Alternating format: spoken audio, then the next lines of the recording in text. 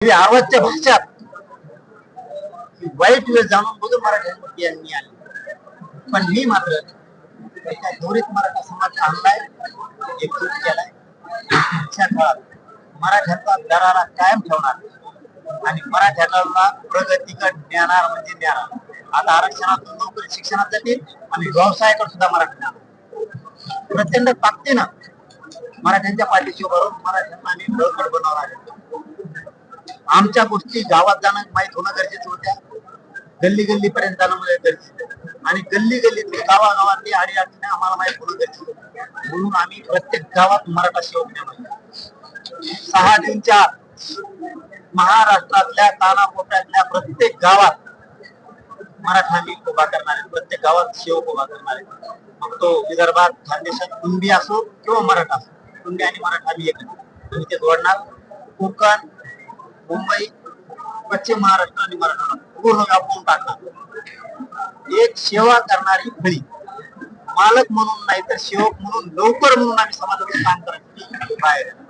भेद न करणारा मराठा सेवक. मराठा सेवक असा की तो कोणत्या पक्षाचा संघटनेचा नसणार, तो समाज म्हणून काम करणार, तो दारू पिणारा नसणार.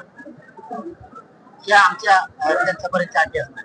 दादा, तुम्ही आज जे संघटन जे उभा करताय मराठा समाजात, एका प्रकारे संघटनच म्हणताय, या संघटनाची कार्यपद्धती कशी असणार आहे, साखळी कशी असणार? आणि आज किती तालुक्यातील मराठा सेवकांची नियुक्ती केलेली?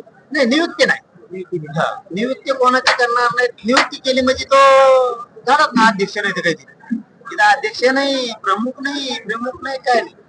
मराठ्यांचा एक सेवक म्हणून मराठ्यांच्या अडीअडचणी सांगण्यासाठी एक माणूस हक्काचा त्यांना गावात देणं नाही. गावकऱ्यांना माहित पाहिजे काम कुणाला सांगायचं, तालुक्याला माहित पाहिजे काम कुणाला सांगायचं, जिल्ह्यातल्या मराठ्यांना माहित पाहिजे काम कुणाला सांगायचं. कोणाचेच कुणाला नियम मराठा एक आलाय तर अडीअडचणी तर सुटल्या पाहिजे, माहित पण पाहिजे. म्हणून गावात एक नियुक्ती नाही.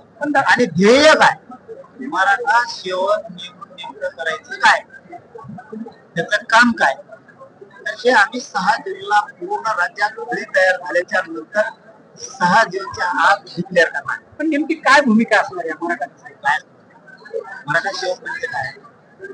आमच्या अडचणी, गरिबांच्या गावच्या अडचणी कुठे? अडचणी म्हणजे काय? मुलं शिकतात, मुली शिकतात, अडचणी बाहेर शहर आहे, कुणाला सांगायचं अडचण आहे?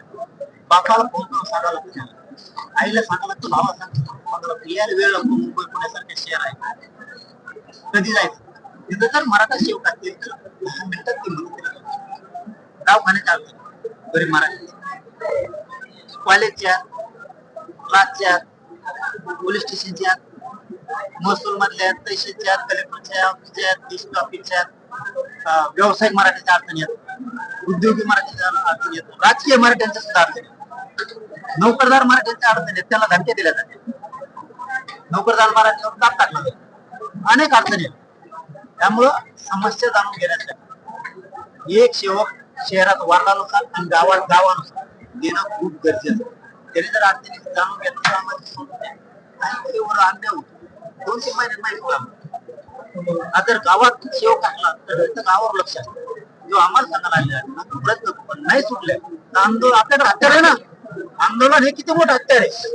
आपलं सरकार थोडे एखादा प्रश्न जर सुटला नाही तर आपण आंदोलनाच्या माध्यमातून प्रश्न सोडू, पण समाजाच्या पाठीशी उभा राहण्यासाठी आधार म्हणून एक मराठा सेवक गावात सुरू केली. सेवक म्हणून, मालक नाही.